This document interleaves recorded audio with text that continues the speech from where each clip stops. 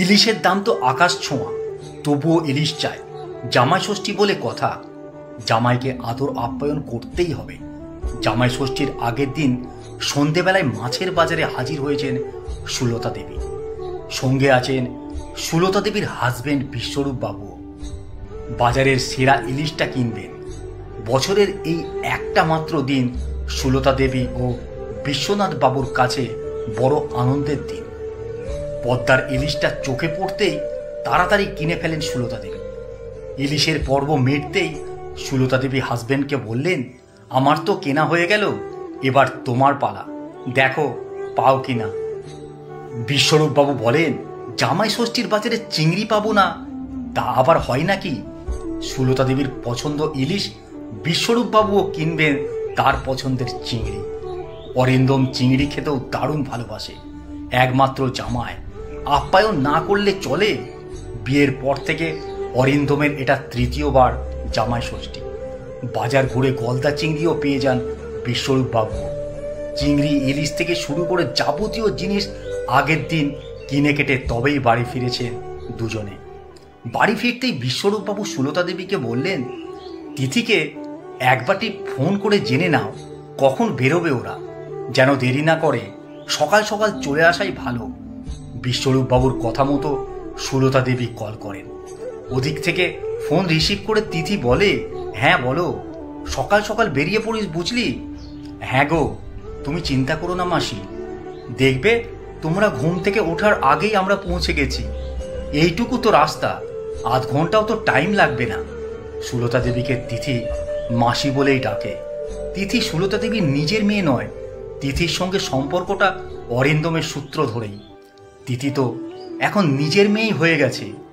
সুলতা দেবী ও বিশ্বরূপ বাবুর অন্ধকারময় জীবনে আজ আলো জেলে রেখেছে এই অরিন্দম আর তিথি। জীবনের সব আশা আকাঙ্ক্ষা যাকে নিয়ে ছিল, আজ থেকে 6 বছর আগে সব শেষ হয়ে গিয়েছিল। দীপিকা মারা যাওয়ার পর থেকেই দুজনেই দিশেহারা হয়ে পড়েছিল। জীবনের সব আলো নিভে এক অন্ধকারময় জীবনে পৌঁছে গিয়েছিল দুজনেই। দীপিকা সুলতা দেবী ও বিশ্বরূপ বাবুর আদরের একমাত্র মেয়ে। মাস্টার কমপ্লিট করার পর চাকরির জন্য প্রস্তুতি নেওয়া, পরে চাকরিও পেয়ে যায় দীপিকা। চাকরি পাওয়ার পর বিশ্বরূপ বাবুই মেয়ের বিয়ের জন্য দেখাশোনা শুরু করে। পরিচিত এক বন্ধুর মারফত অরিন্দমের সাথে যোগাযোগ হয়। অরিন্দমও ভালো চাকরি করে, তাই অপছন্দ হওয়াও কিছু নেই। দুই পরিবারের সহমতে বিয়ের ঠিকও হয়। বিয়ের কথাবার্তা মিটে যাওয়ার পর থেকে দীপিকার সাথে অরিন্দমের ফোনে কথাবার্তাই হতোই। 2-4 বার নিজেরা দেখাও করেছে। ছুটির দিনে সিনেমা দেখতেও গেছে। দুজনের মধ্যে একটা প্রেমের সম্পর্ক তো হয়েই গিয়েছিল। ঘটনাটা ঘটল বিয়ের ঠিক 1.5 মাস আগে। কেনাকাটা করার জন্য বেরিয়েছিল দীপিকা। ছুটির দিন ছিল, তাই বাড়ি থেকেই বেরিয়েছিল সেদিন। সঙ্গে অরিন্দমও যাবে, এমনটাই কথা হয়েছিল। সে কথা দীপিকার বাবা মাও জানত। বিয়ের বেনারসিটাও কিনে দেবে সেদিন। অরিন্দম থাকলে পছন্দ করে দিতে পারবে। তাই সময় মতো অরিন্দম চলে আসে কলেজ স্ট্রিটে, কারণ ওখানেই সাক্ষাৎ হওয়ার কথা। অরিন্দম কলেজ স্ট্রিট চলে এসে ওয়েট করতে থাকে বেশ অনেকক্ষণ ধরেই। দীপিকার আসতে দেরি হচ্ছে দেখে কল করে একটা। দীপিকা ফোন রিসিভ করে বলে, একটু ওয়েট করো, জ্যামে পড়েছি। আমি যতটা তাড়াতাড়ি পারবো আসছি। কোথায় আছো? অরিন্দম জানতে চাইলে দীপিকা বলে, এই তো বাগুইয়াটি, বেশিক্ষণ টাইম লাগবে না। তারপর ফোনটা কেটে দেয়। বেশ কিছুটা সময় পেরিয়ে যায়। দীপিকা আসছে না দেখে আবার ফোন করে অরিন্দম। ওদিক থেকে ফোন রিসিভ করে না দীপিকা। ঘন্টাখানেক ওয়েট করার পর বাড়ি চলে আসবে বলে মনস্থির করে অরিন্দম। তাই ভাবে আর একবার ফোনটা করেই দেখি। ফোন রিসিভ করতেই একটা অপরিচিত কণ্ঠ। জানতে পারে দীপিকা অটো থেকে পড়ে গেছে। তাই মেডিকেল কলেজ হাসপাতালে নিয়ে যাওয়া হচ্ছে। অরিন্দম বাড়িতে ফোনটা করে খবরটা জানায় দীপিকার বাবাকে। তারপর অরিন্দম হসপিটালে ছুটে যায়। দীপিকাকে বাঁচানো যায়নি শেষ পর্যন্ত। মাথায় গুরুতর আঘাত লাগে। দীপিকা মারা যায় পরের দিন। দীপিকার চলে যাওয়াটা কেউই মানতে পারেনি। অরিন্দমও ভেঙে পড়ে খুব। এদিকে দীপিকার মা বাবার অবস্থা পাগলের মতো। শোকগ্রস্ত অবস্থায় কয়েকদিন কাটে। তারপর একদিন অরিন্দম নিজেই দীপিকাদের বাড়িতে যায় বাবা মায়ের সাথে দেখা করতে। অরিন্দমকে দেখে কান্নায় ভেঙে পড়ে সুলতা দেবী। অরিন্দম আশ্বস্ত করে ওনাদের এবং পাশে থাকার আশ্বাস দেয়। মেয়েকে হারিয়ে ওনারাও যে তখন ভীষণ শোকগ্রস্ত। আস্তে আস্তে অরিন্দম নিজেকে জড়িয়ে ফেলে ওনাদের সাথে।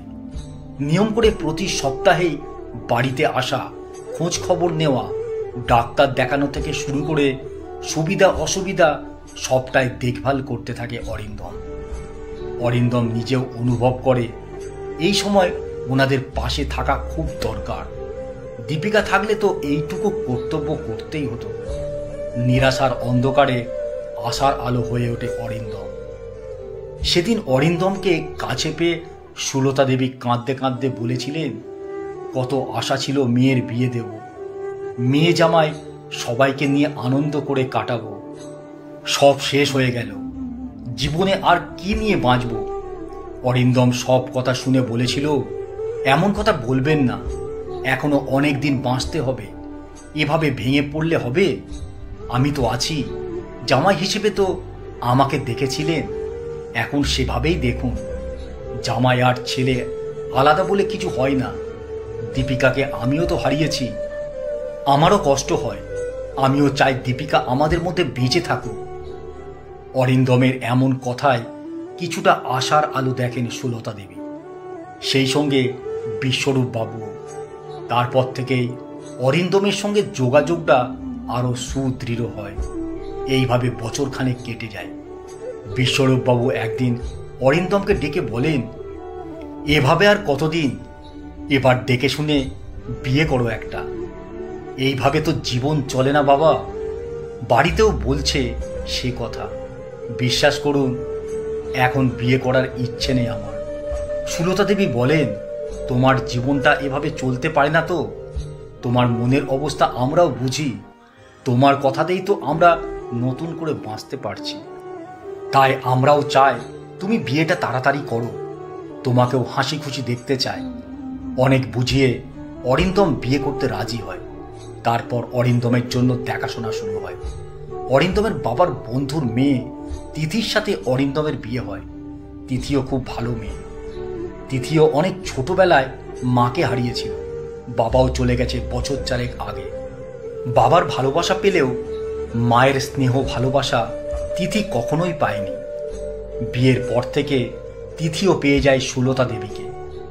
মায়ের ভালোবাসায় ভরে ওঠে তিথির জীবন। জামাই ষষ্ঠীর দিন সকাল সকাল তিথিকে নিয়ে চলে আসে অরিন্দম। সারাটা দিন মেয়ে জামাইয়ের সঙ্গে আনন্দ করে কাটাবেন সুলতা দেবী ও বিশ্বরূপ বাবু। সকাল থেকেই চলছে রান্নার তোড়জোড়। রান্না করার ফাঁকে ফাঁকে মেয়ে জামাইয়ের সাথে গল্প করছে সুলতা দেবী। বিশ্বরূপ বাবুও সমান তালে তাল মিলিয়ে আনন্দে মেতে উঠেছে। জামাইয়ের পছন্দের খাবার সব রান্না হয়েছে আজ। মেয়ে জামাইকে একসঙ্গে বসিয়ে সুলতা দেবী খেতে দিয়ে বলেন, সারা বছর এই একটা দিনের জন্য অপেক্ষা করে থাকি, এই আনন্দটা সারা জীবন পেতে চায়। তিথি বলে, কখনো মন খারাপ করবে না, আমরা তো আছি। মা কেমন হয় কখনো জানতাম না, মায়ের আদর ভালোবাসাও কখনো পাইনি, তোমাকে মা বলে ডেকেছি, তাই তোমাদের ভালো রাখা আমাদের কর্তব্য। অরিন্দম পাশ থেকে বলে, তিথি বাবা মায়ের উপহারটা এবার দিয়ে দাও। তিথি একটা সাদা খাম হাতে ধরিয়ে দেয় সুলতা দেবীর হাতে। সুলতা দেবী খামটা খুলে দেখে, অবাক হয়ে বলেন, এ তো সব ফ্লাইটের টিকিট।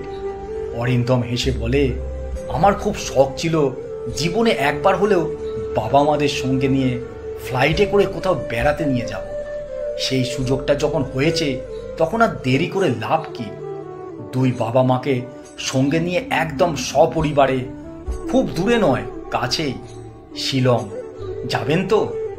দীপিকা নেই, অথচ তার সব ইচ্ছেগুলোই এভাবেই পূরণ করে চলেছে অরিন্দম আর তিথি। সুলতা দেবী আর চোখের জল ধরে রাখতে পারে না। সন্তর্পণে চোখের জল মুছে নিয়ে হাসি মুখে বলে, যাবো তো, খুব যাবো।